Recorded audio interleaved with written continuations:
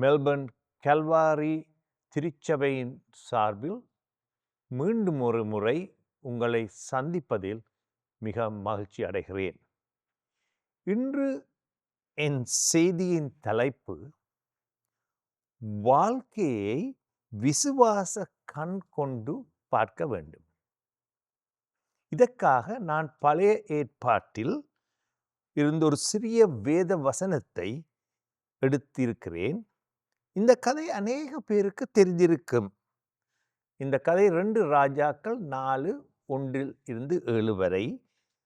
இதை சற்று பார்ப்போம். தீர்க்கதரிசிகளுடைய புத்திரர் ஒருவனுக்கு மனைவியாயிருந்த ஒரு ஸ்திரீ எலிசாவை பார்த்து, உமது அடியானாகிய என் புருஷன் இறந்து போனான், உமது அடியான் கர்த்தருக்கு பயந்து நடந்தான் என்பதை அறிவீர். கடன் கொடுத்தவன் இப்போது என் 2 குமாரரையும் தனக்கு அடிமைகளாக கொள்ள வந்திருக்கிறான் என்றான். எலிசா அவளை நோக்கி, நான் உனக்கு என்ன செய்ய வேண்டும்? வீட்டில் உன்னிடத்தில் என்ன இருக்கிறது சொல் என்றான். அதற்கு அவள், ஒரு குடம் எண்ணெய் அல்லாமல் உமது அடியானுடைய வீட்டில் வேறொன்றும் இல்லை என்றாள். அப்போது அவன், நீ போய் உன்னுடைய அயல் வீட்டுக்காரர் எல்லோரிடத்திலும் அநேக வெறும் பாத்திரங்களை கேட்டு வாங்கி உள்ளே போய் உன் பிள்ளைகளுடன் உள்ளே நின்று கதவை பூட்டி அந்த பாத்திரங்கள் எல்லாவற்றிலும் வார்த்து நிறைந்ததை ஒரு பக்கத்தில் வை என்றான். அவள் அவனிடத்தில் போய் தன் பிள்ளைகளுடன் கதவை பூட்டி கொண்டு இவர்கள் பாத்திரங்களை அவளிடத்தில் கொடுக்க அவள் அவைகளில் வார்த்தாள். அந்த பாத்திரங்கள் நிறைந்த பின் அவள் தன் மகன் ஒருவனை நோக்கி, இன்னும் ஒரு பாத்திரம் கொண்டு வா என்றாள். அதற்கு அவன், வேறே பாத்திரம் இல்லை என்றான். அப்பொழுது எண்ணெய் நின்று போயிற்று. அவள் போய் தேவனுடைய மனுஷனுக்கு அதை அறிவித்தாள். அப்போது அவன், நீ போய் அந்த எண்ணெயை விற்று உன் கடனை தீர்த்து மீந்ததை கொண்டு நீயும் உன் பிள்ளைகளும் ஜீவனம் பண்ணுங்கள் என்றார். இந்த கதையில் ஒரு பெண் தனது தீர்க்கதரிசியான கணவன் இறந்து போனான் என்று அந்த கணவன் வேலை பார்த்து கொண்டிருந்தது ஒரு தீர்க்கதரிசி தீர்க்கதரிசிகளின் தலைவன் என்று சொல்லலாம், எலிசாவிடம் போய் கதறி அழுகிறார். ஏனெனில் அவளுக்கு தன்னுடைய கணவன் இறந்ததாலே வருமானம் இல்லை, அது மாத்திரம் இல்லை, அவன் விட்டு போன ஒரு கடனும் அவளுக்கு இருந்தது. இதுக்கு மேலாக இன்னொன்று இருக்கு. அந்த பெண்ணுக்கு 2 பிள்ளைகள் இருக்கு, ஆம்பளை பிள்ளைகள். அவர்களையும் கடன் கொடுத்தவன் வந்து கொண்டு போகிறதுக்கு ஆயத்தமாக இருக்கிறான் என்றும் கேள்விப்பட்டார். அந்த நாட்களில் இருந்த யூத விதிவிலக்குகளின் படி யாரும் கடன் எடுத்தால் அந்த கடனை திருப்பி செலுத்த முடியாவிட்டால் அந்த கடன் எடுத்தவரிடம் போய் அவர் இந்த கடனை தீர்க்கும் வரைக்கும் வேலை செய்ய வேண்டும். இந்த இடத்தில் கடன் எடுத்தவர் இறந்து போனார். அதனாலே அவரின் ஆம்பளை பிள்ளைகள் 2 பேரும் போய் அந்த கடனை தீர்க்கும் வரைக்கும் அவர்களிடத்தில் அடிமையாக வேலை செய்ய வேண்டும். இதனாலே தான் அவள் வந்து அந்த தீர்க்கதரிசியான கடவுளின் மனிதனான எலிசாவிடம் கதறி அழுகிறார். இந்த இக்கட்டான நிலையில் எலிசாவின் சொற்படி கர்த்தர் அந்த பெண்மணியின் கடனை தீர்த்து அவளுக்கு ஒரு மறுவாழ்வை அளித்தார் என்பதை பற்றித்தான் இந்த கதை சொல்லுகிறது. இந்த கதையில் இருந்து 3 அம்சங்களை உங்கள் முன் நான் வைக்க விரும்புகிறேன். முதலாவதாக நான் கதைக்கப் போவது, முதற்கண் கடவுளிடம் எங்கள் பாரங்களை ஒப்புக்கொடுக்க வேண்டும். முதல் கடமை, என்ன பிரச்சனை இருந்தாலும் கடவுளிடம் எங்கட பாரங்களை ஒப்பு கொடுக்க வேண்டும். இந்த குடும்பத்தில் 2 எதிர்பாராத சம்பவங்கள் நடைபெற்று இருக்கிறது. ஒன்று, அந்த கணவன், இந்த பெண்ணின் கணவன் எதிர்பாராத விதமாக இறந்து போனார். இந்த பெண்ணின் அங்கலாப்பையும் வேதனையையும் வார்த்தைகளால் சொல்ல முடியாது.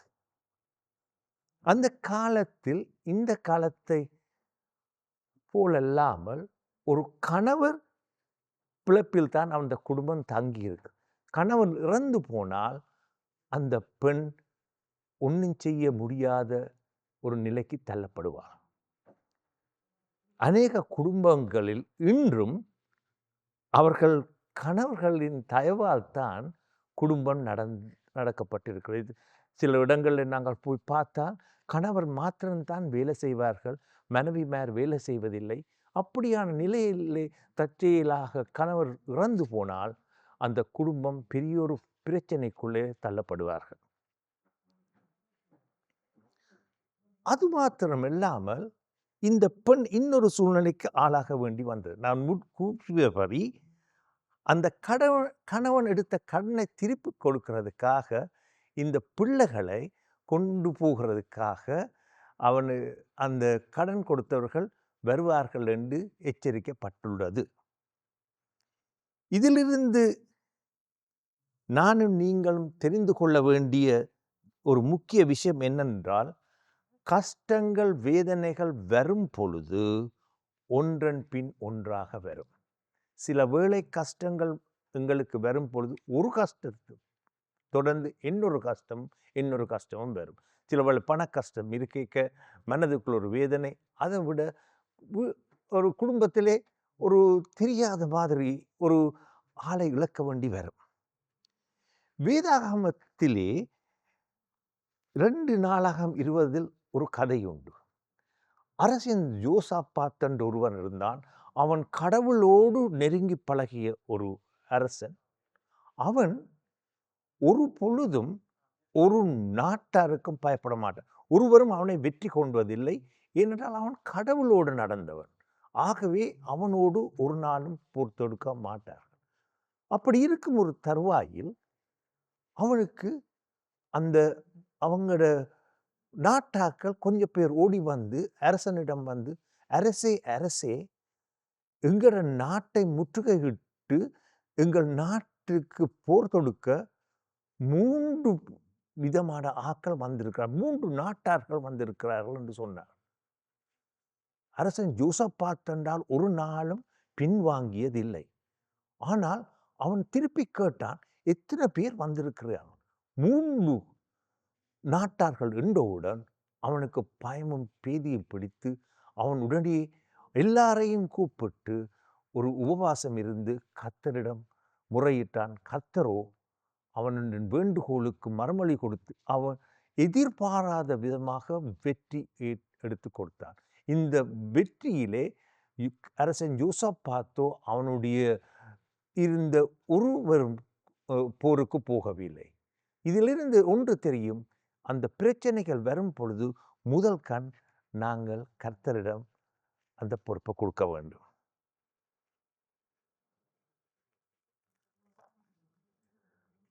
அது மாத்திரமன் இந்த கதையிலே பார்க்கும் பொழுது இந்த பெண் தனது கணவர் கர்த்தருக்கு பயந்து நடந்தான் என்பதை பற்றி எலிசாவுக்கு எடுத்து கூறினார். எலிசாவுக்கு தெரியும் அவன் கடவுளுடன் நெருங்கி பழகினவன் என்று. இதிலிருந்து நானும் நீங்களும் ஒன்று அறிய வேண்டியது என்னவென்றால், நாங்கள் எவ்வளவு தூரம் கடவுளுடன் நெருங்கி பழகினாலும் வாழ்ந்தாலும் அவருடைய கடமைகளை செய்தாலும் என் வாழ்விலும் உங்கள் வாழ்விலும் சோதனைகள் வந்தே தீரும். இந்த சோதனைகள் இறுதியில் தேவனை மகிமைப்படுத்தவே ஆகும். இவளின் கணவன் தீர்க்கதரிசி உபாதியா என்று சில வேத ஆராய்ச்சியாளர்கள் கூறுகிறார்கள். இந்த உபாதியா என்று வேதாகமத்திலே பக்கான பேர்கள் இருக்கிற 13 பேர் இருக்கணும். உபாதியா என்ற புத்தகம் எழுதின ஒருத்தரும் இருக்கு. ஆனா இந்த உபாதியா ஒரு வித்தியாசமானவர். இவர் அரசன் ஆகாப்பு அரண்மனையில் பொறுப்பாளராக இருந்த இந்த கதை 1 ராஜாக்கள் 18 இருக்கிறது. அவன் அந்த அரண்மனைக்கு பொறுப்பாளராக இருந்தான். அந்த ஆகாப்பும் அவன் மனைவி யெசபேலும் அவர்கள் கர்த்தரை வழிபடுத்தவர்கள் இல்லை. அவர்கள் பாகால் என்றொரு வழிபாடு செய்வார்கள். அது கர்த்தரின் வழிபாடு இல்லை, அதுக்கு முரண்பட்டது. அவர்கள் அந்த வழிபாடு கர்த்தரால் ஏற்றுக் கொள்ளப்படவில்லை.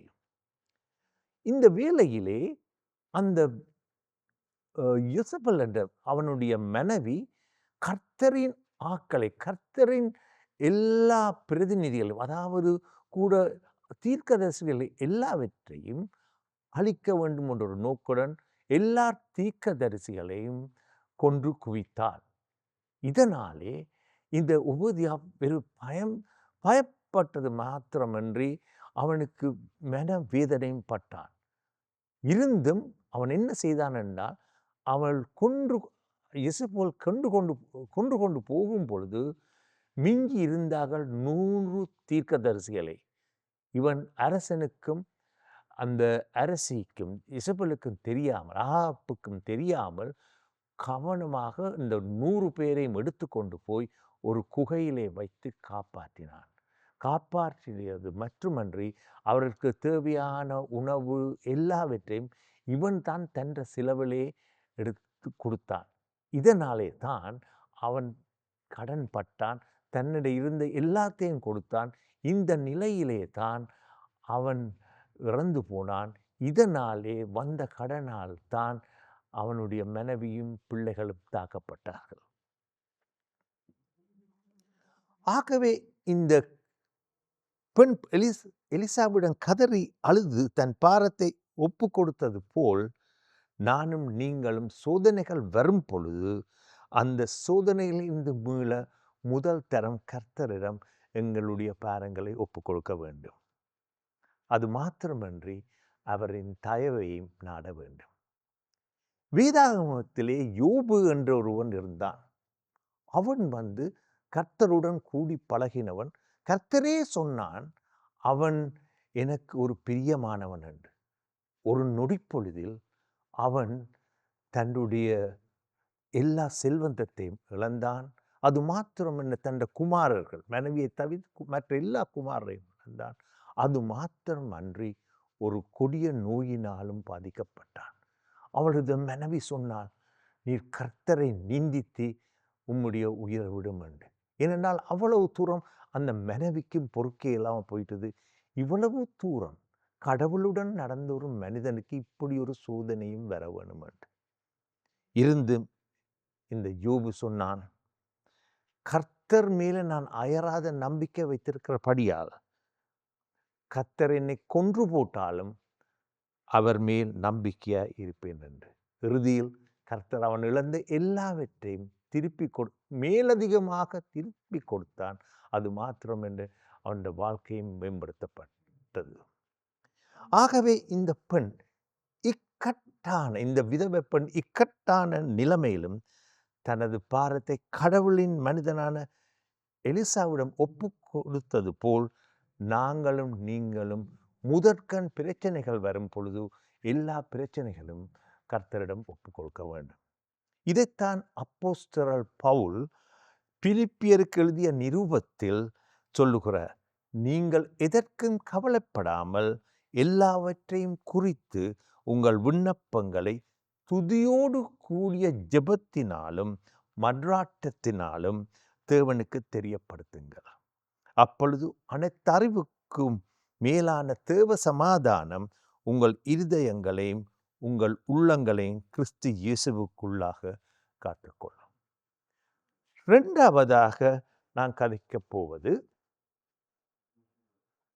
எங்கள் அபிவிருத்திக்கு எங்கள் வசம் ஆயுதம் உண்டு. எங்கள் அபிவிருத்தி, அதாவது எங்களுடைய முன்னேற்றத்துக்கு எங்களிடத்திலேயே கர்த்தர் ஆயுதத்தை கொடுத்திருக்கிறார். வசனம் 2 எலிசா அவளை நோக்கி, நான் உனக்கு என்ன செய்ய வேண்டும்? இந்த பெண் கதறி அழுது வந்த பொழுது எலிசா கேட்டார், நான் உனக்கு என்ன செய்ய வேண்டும் என்று.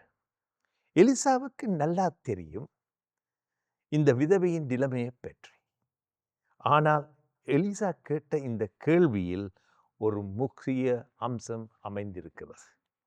எலிசா இந்த பெண்ணுக்கு சொல்லியிருக்கலாம், நீ கவலைப்படாதே மகளே, வீட்டை திரும்பி போ, கடவுள் உன் மன்றாட்டங்களுக்கு மறுமொழி தருவார் என்று எத்தனையோ அற்புதங்களை செய்த எலிசாவுக்கு இது ஒரு சிறிய செயல்.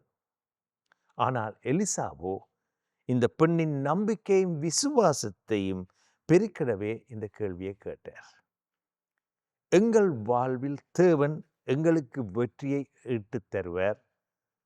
ஆனால் எங்களுக்கும் ஒரு முக்கிய பங்குண்டு. உதாரணமாக 2 ராஜாக்கள் 5 இதுக்கு அடுத்த வார கதையிலே ஒரு முக்கிய ஒரு உதாரணத்தை நாங்கள் பார்க்கலாம். இதில் நாங்கள் என்ன பார்க்கிறோம் என்றால், ஒரு சீரிய படைத்தலைவராகிய நாகமான் என்று ஒருவர் இருந்தார். அவர் ஒரு பெரிய வெற்றிகளை சீரிய அரசனுக்கு எடுத்து கொடுத்தவர். எதிர்பாராத விதமாக அந்த அரசனுக்கு ரோகம் வந்துவிட்டார். குஷ்ட நோயால் பாதிக்கப்பட்டார். அந்த காலங்களில் குஷ்ட நோய்க்கு மருந்துகள் இல்லை. அப்ப அந்த வீட்டிலே அந்த ஒரு கைதியான இஸ்ரேல் நாட்டொரு சின்ன பிள்ளை இருந்தாள். அவளுக்கு தெரிய வந்துட்டது, இந்த தனது எஜமானுக்கு இந்த குஷ்டரோகம் வந்திருக்குதுண்டு. அவள் தன் எஜமானியிடம் போய் சொன்னால், எங்களுடைய எஜமான் பக்கத்து நாட்டான இஸ்ரேல் நாட்டுக்கு போய் அங்கே இருக்கிற கடவுளின் பிரதிநிதியான எலிசாவை கண்டால் அவர் அந்த குஷ்டர் ரோகத்தை மாற்றி விடுவார் என்று. நீங்கள் நினைக்க வேண்டும், இந்த நேரத்திலே சீரியா நாடும் இஸ்ரேல் நாடும் பரம எதிரிகள். அப்படி இருந்தும் கர்த்தர் அவனுக்கு ஒரு வழியை விட்டார். அந்த அரசர்கள் 2 பேரும் சமாதானத்தை தழுவி இந்த நாகமான் அங்கே போய் எலிசா சொன்னபடி யோர்தான் நதியில் 7 தடவை குளித்து அவனுடைய குஷ்டரோகம் மாறியது. கர்த்தரில் இருந்த நம்பிக்கையும் விசுவாசமும் தான் வாழ்க்கையில் நாங்கள் அற்புதங்களை காண ஊன்றுகோலாக இருக்கிறது. இந்த நாகமானுக்கு கர்த்தரில் இருந்த நம்பிக்கை, அவனுக்கு தெரியாத கர்த்தராரன். அப்படி இருந்தும் அந்த பெண்ணின் பேச்சை கேட்டு அந்த நம்பிக்கையின் விசுவாசத்தால்தான் அவனுடைய குஷ்டரோகம் மாறியது மாத்திரமல்லாக அவன் கர்த்தரை தன்னோட கடவுளாக ஏற்றுக்கொண்டான். அற்புதங்கள் அநேக வேளைகளில் எங்கள் நம்பிக்கையும் விசுவாசத்தையும் பலப்படுத்துவது. அற்புதங்கள் வரும், ஆனால் அற்புதங்களாலே எங்களுடைய நம்பிக்கையும் விசுவாசம் பலப்படுத்துவதில்லை. இதற்கு நல்ல உதாரணம் இயேசுவின் சீடர்கள். ஒரு முறை இயேசுவின் சீடர்களும் இயேசுவும் கப்பலில் போய்கொண்டிருந்தார். இருந்தா போல ஒரு புயல் அடித்து அந்த கப்பல் தள்ளாடியது. இயேசு அந்த கப்பலில் இருந்தும் இந்த சீடர்கள் ஓடி வந்து சொன்னார்கள், என்னென்றால், எங்களுக்கு பயமா இருக்கிறது இயேசுவே என்று. இயேசு அந்த புயலை அடக்க பண்ணி போட்டு இந்த சீசர்களை தண்டித்தார். என்ன அப்படி ஒரு விசுவாசம் இல்லாதவர்களாக இருக்கிறீர்கள் என்று. ஆகவே இயேசுவுடன் 3 வருடம் நாளும் பொழுதும் திரிந்து எத்தனையோ அற்புதங்களை கண்ட சீடர்களுக்கு விசுவாசம் இல்லாம போயிட்டால் நாங்கள் மாத்திரம். எலிசா அந்த பெண்ணிடம் கேட்டார், வீட்டில் உன்னிடத்தில் என்ன இருக்கிறது என்று சொல்லென்றார். அதற்கு அவள், ஒரு குடம் எண்ணெய் அல்லாமல் உமது அடியான் வீட்டில் வேறு ஒன்றும் இல்லை என்றார். அவரிடம் இருந்தது ஒரு குடம் எண்ணெய். அவளின் தேவைகள் எல்லாவற்றையும் பூர்த்தி செய்து அவளின் வாழ்க்கைக்கு மறுமலர்ச்சியை எடுத்து கொடுத்தது என்று இந்த கதை சொல்லுகிறது. அந்த ஒரு குடம் எண்ணெயாலே அவனுடைய வாழ்க்கைக்கு ஒரு மறுமலர்ச்சி கிடைத்தது.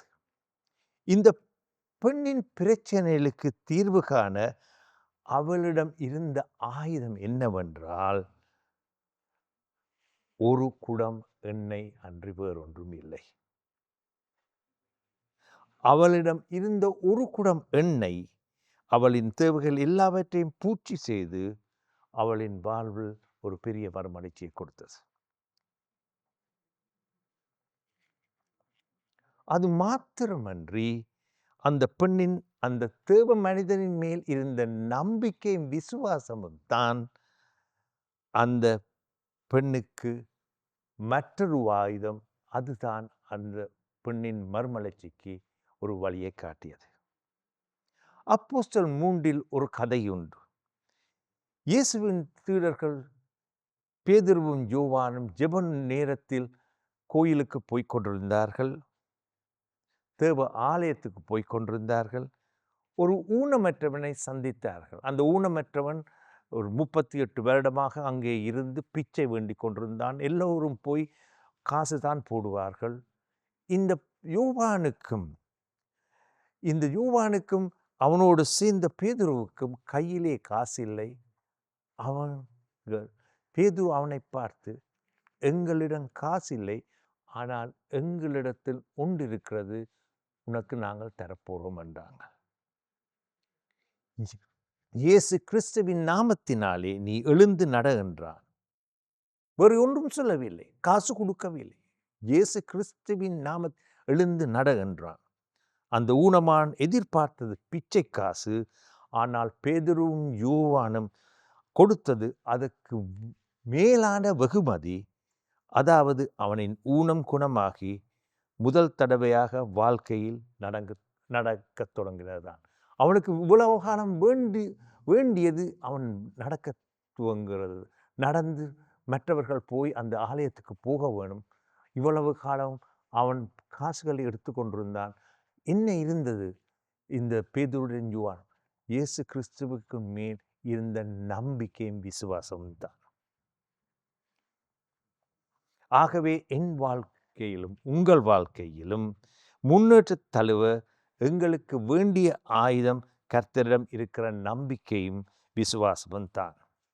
இந்த விசுவாசம்தான் இந்த விதவைக்கு தன் கடனை தீர்த்து ஒரு புதிய வாழ்க்கையை ஆரம்பிக்க வழிகாட்டியது. இன்றைக்கு 100 வருடங்களுக்கு முன் அமெரிக்க தேசத்திலே பிறந்து ஒரு பெண்ணின் பெயர் தான் ஃபேனி கிராஸ்பி என்று. இவள் ஒரு பேர் போன கிறிஸ்தவ இசையமைப்பாளர். அது மாத்திரமன்று, இவர் கிறிஸ்துவுக்காக அயராது உழைத்தவர். இவர் கிட்டத்தட்ட 8000க்கு மேலாக கிறிஸ்தவ கீர்த்தனைகளை எழுதியிருக்கிறார். அவர் பிறந்து 6 கிழமைகளில் அவளில் கண் பார்வை இழந்தார், கண் குருடாகி விட்டது. இதனால் இவள் பெற்றோருக்கு ஒரே ஒரு மகள். இவருக்கு நடந்த அந்த நிலைமையை அறிந்து அவருடைய தகப்பனாரோ 6 மாதத்தில் அவரும் உயிர் நீங்கிட்டு அவரும் இவ்வுலக வாழ்வை விட்டு போய்விட்டார். இவரை இறுதியாக வளர்த்தது இவரது தாயாரும் இவரது பேத்தியாரும் தான். அவர்கள் இருவரும் இயேசு கிறிஸ்துவிடம் அயராத நம்பிக்கையும் விசுவாசமும் வைத்திருந்தார்கள். இதனால் ஃபேனி இளம் வயதிலேயே கண் பார்வை இழந்த நிலையிலும் இயேசுவுக்குள் தன் வாழ்க்கையை ஒப்பு கொடுத்தார். இவர் இந்த உலகத்திலே 95 வருடங்கள் வாழ்ந்தார். தன் வாழ்நாள் முழுதும் கிறிஸ்துவின் நற்செய்தியை உலகமெல்லாம் அறிவிக்க வேண்டும் என்ற ஒரு நோக்குடன் வாழ்ந்தார். அவர் கண் பார்வை இழந்த நிலையிலும் தனது கஷ்டங்கள் வேதனைகள் மத்தியிலும் தனது வாழ்க்கையை கிறிஸ்துவுக்காக அர்ப்பணித்தார். இது ஒரு பெரிய ஒரு மகத்துவான காரியம். கண் பார்வை தெரியாது, நடக்க முடியாது, மற்றவர்கள் உதவி வேண்டும். இருந்தும் கிறிஸ்துவின் நற்பணியை தொடர்ந்து செய்தார் 95 வருட காலங்கள். இந்த பெண்மணி ஒருமுறை சொன்னார், கடவுள் நாங்கள் நினைப்பதற்கு மேலாக எங்கள் ஜெபங்களுக்கு பதில் தருவார். ஆனால் அவர் மேலும் சொன்னது ஒன்று மாத்திரம் என் மனதின் ஆழத்தை தொட்டது. கர்த்தரால் நியமிக்கப்பட்டது, நான் நாள் முழுவதும் கண் பார்வை இல்லாமல் இருக்க வேண்டும். இதற்கு நான் என்றென்றும் கடமைப்பட்டிருக்கிறேன். அவள் ஒப்புக்கொண்டாள், கர்த்தரின் நியதியை நான் ஒப்புக்கொள்ள வேண்டும் என்று. இருந்தும் இதுதான் முக்கியம். இருந்தும் நாளைக்கு கடவுளின் கண் பார்வையை திருப்பி கொடுத்தாள். அதாவது இறக்குறது கொஞ்ச நாளைக்கு முதல் சொன்னாள், நான் அதை ஏற்றுக்கொள்ள மாட்டேன். இந்த பெண்ணின் வாழ்க்கையில் ஒன்றுதான் இருந்தது, அதாவது இயேசுவில் அவர் கொண்ட அளவிலா நம்பிக்கையும் விசுவாசமும் தான். அவள் என்ன சொன்னதென்றால், கர்த்தரில் அவ்வளவு நம்பிக்கை வைத்திருந்தபடியா அவள் சொன்னாள், நான் இவ்வளவு காலம் கண் பார்வை இல்லாமல் இருந்துட்டேன், வாழ்நாள் முழுக்கவும் கண் பார்வை இல்லாமல் இருப்பேன், ஏனென்றால் எனக்கு கர்த்தரிடம் நம்பிக்கையும் விசுவாசமும் இருக்கிறது. அதுதான் ஃபனியின் ஆயுதம், அவளின் ஆபரணம். அவள் தனக்கு ஏற்பட்ட துரதிர்ஷ்டத்தை பற்றி ஒரு பொழுதும் நினைவில் கொண்டதில்லை. கண் பார்வை முற்றுமில்லாத அந்த பெண்ணின் பாடல்கள் எழுதும் தன்மையால் கர்த்தர் பல்லாயிரக்கணக்கான ஆத்துமாக்களின் வாழ்க்கையை மேம்படுத்தினால், இதனால் இந்த பெண்ணின் வாழ்வு இறைவனின் ஆசீர்வாதத்தால் நிரம்பி வழிந்தது. மூன்றாவதாகவும் கடைசியாகவும் எங்கள் வாழ்க்கை பயணம் கர்த்தரின் மகிமைக்காக ஏற்படுத்தப்பட்டது. 2 ராஜாக்கள் 4:3 சொல்றது, அப்பொழுது அவன் அதாவது எலிசா சொன்னான், நீ போய் உன்னுடைய அயல் வீட்டுக்காரர் எல்லாரிடத்திலும் அநேகம் வெறும் பாத்திரங்களை கேட்டு வாங்கி உள்ளே போய் உன் பிள்ளைகளுடன் உள்ளே நின்று கதவை பூட்டி அந்த பாத்திரங்கள் எல்லாவற்றிலும் பார்த்து நிறைந்ததை ஒரு பக்கத்தில் வை என்றார். அவள் அவனிடத்தில் இருந்து போய் தன் பிள்ளைகளுடன் கதவை பூட்டி கொண்டு இவர்கள் பாத்திரங்களை அவளிடத்தில் கொடுக்க அவள் அவைகளில் பார்த்தாள். அந்த காலத்தில் மாத்திரமல்ல, இந்த காலத்தும் ஏதும் தேவைக்கு நாங்கள் அயல் வீட்டுக்காரர்களிடம் போய் பாத்திரங்களை எடுத்து வரோம். எனக்கு நல்ல பழக்கம், நான் யாழ்ப்பாணத்தில் பிறந்த நான், யாழ்ப்பாணத்தில் இருந்த நான், அங்கே அம்மா ஏதும் ஒரு பிரத்யேகமாக ஒரு கறி வகையில் எதுவும் செய்ய வேண்டும் என்றால், பாத்திரம் இல்லை என்றால் அயல் வீட்டுக்காரிடம் போய் எடுத்து வருவோம். அந்த நேரங்களில் நாங்கள் போய் சொல்லுவோம், ஏன் என்று சொல்லுவோம். இதே நிலைமை தான் இந்த பெண்ணுக்கும் வந்தது. அந்த பாத்திரங்களை எடுக்க போகும் பொழுது அந்த பாத்திரங்களை திருப்ப கொடுக்க வேணும். அவள் போய் சொல்லியிருப்பாள், ஏன் என்னத்துக்காக இந்த பாத்திரங்களை நான் எடுத்துக்கொண்டு போக போகிறேன் என்று. அவள் அந்த நேரத்திலே சொல்லியிருப்பாள், கர்த்தரின் மனிதனான எலிசா சொன்னார், இந்த பாத்திரங்களை கொண்டு போய் எண்ணெயை ஊற்ற அந்த பாத்திரங்கள் எல்லாவற்றிலும் எண்ணெய் வழிந்தொழுகும், அதா கொண்டு போய் விற்று என்னுடைய கடனை தீர்க்கலாம் என்று.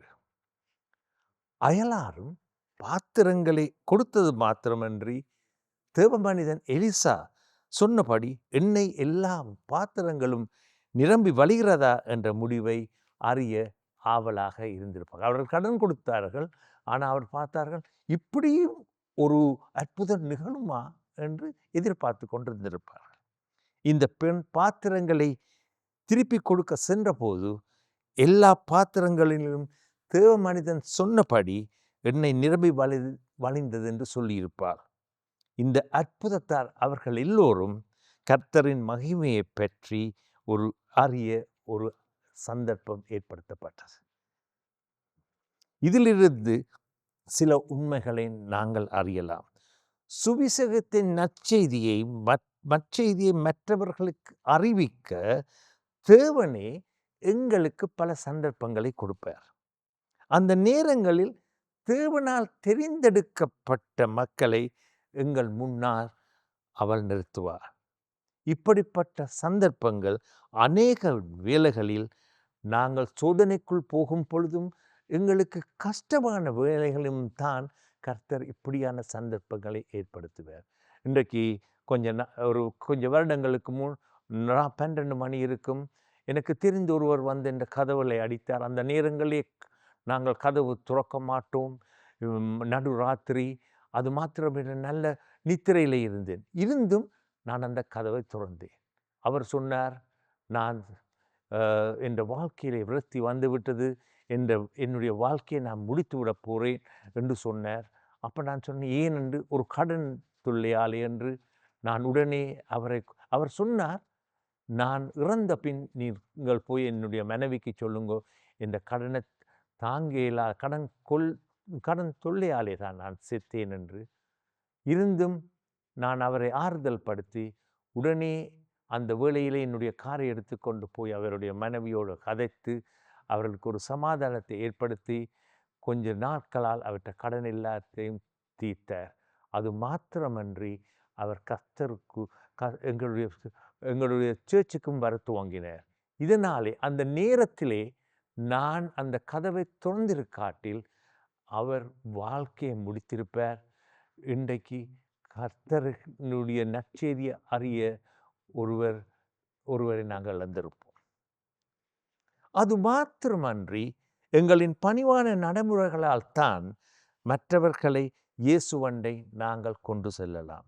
இந்த பெண் முதல் அயலாரிடம் பாத்திரங்களை எடுக்கச் செல்லும் பொழுது அவர்கள் கர்த்தரின் அறிமுகத்துக்கு பாத்திரமானார்கள். ஏனென்றால் அவள் கர்த்தரை பற்றி கதைத்தார். பின்பு அவள் அந்த பாத்திரங்களை திரும்ப கொடுக்க செல்லும் பொழுது கர்த்தரின் மகிமையை பற்றி எல்லோரும் அறிந்தார்கள். வசனம் 4 சொல்லுகிறது, உள்ளே போய் உன் பிள்ளைகளுடன் நின்று கதவை பூட்டி. இது என்னத்தை குறிப்பிடுகிறது என்றால், கதவை பூட்டி என்று எலிசா சொன்னதின் நோக்கம் என்னவென்றால், நாங்கள் ஒரு விண்ணப்பத்தை கடவுளிடம் கேட்டாலும் குடும்பமாய் ஒருமித்திருந்து அவன் பாதண்டையில் ஜெபத்தோடு சமர்ப்பிக்க வேண்டும். இது ஒரு குடும்ப வாழ்க்கையின் ஐக்கியத்தை குறிப்பிடுகிறது. அது மாத்திரமன்றி கதவை பூட்டும் பொழுது எங்களுக்கு வெளியில் இருக்கும் சத்தங்கள் கேட்பதில்லை. சில வேளைகளில் நாங்கள் ஜெபம் பண்ண முன் எங்கள் மனதில் பல சந்தேகங்களும் அவநம்பிக்கைகளும் வரலாம். கர்த்தர் எங்கள் ஜெபங்களுக்கு மறுமொழி கொடுப்பாரா? சில வேளைகளில் அந்த ஐயம் வரக்கூடும், எங்கள் மனதில் தோன்றலாம். இது சர்வசாதாரணம். ஆகவே கர்த்தர் என்னும் வேண்டிக்கை சமர்ப்பிக்கும் பொழுது முழு மனதோடு அவர் வெற்றியை ஈட்டு தருவார் என்ற நம்பிக்கையுடனும் விசுவாசத்துடனும் ஜெபத்தை கேட்க வேண்டும். கணவனை இழந்த இந்த விதவை பெண்ணும் 2 கண்ணும் தெரியாத ஃபெனி கிராஸ்பியும் கடந்த காலங்களில் தங்களுடைய பழைய வாழ்க்கையை மறந்து தங்கள் விசுவாச பாதையில் கர்த்தரின் அனுசரணையுடன் முன்னோக்கி பயணம் செய்தார்கள். குறிப்பாக ஃபெனி கிராஸ்பியின் வாழ்க்கை எல்லார் இதயத்தையும் தொட்டது. இதனால் எண்ணுக்கணக்கானோர் இயேசுவை அறிந்தார்கள். ஆகவே எங்கள் விசுவாச வாழ்க்கையிலும், என் வாழ்க்கையிலும், இதை கேட்டுக்கொண்டு இருப்பவர்களின் வாழ்க்கையாலும் சாட்சியாலும் இயேசுவின் நற்செய்தியை அவரை அறியாதவர்க்கு அறிவிப்போமாக. இதுதான் என்னுடைய செய்தி. இந்த செய்தி உங்கள் எல்லாருக்கும் எல்லாரையும் ஊக்குவிக்கப்பட்டிருப்பீர்கள் என்று அறிந்து எனது மனமார்ந்த சந்தோஷத்தை சொல்லுகிறேன். ஆமென்.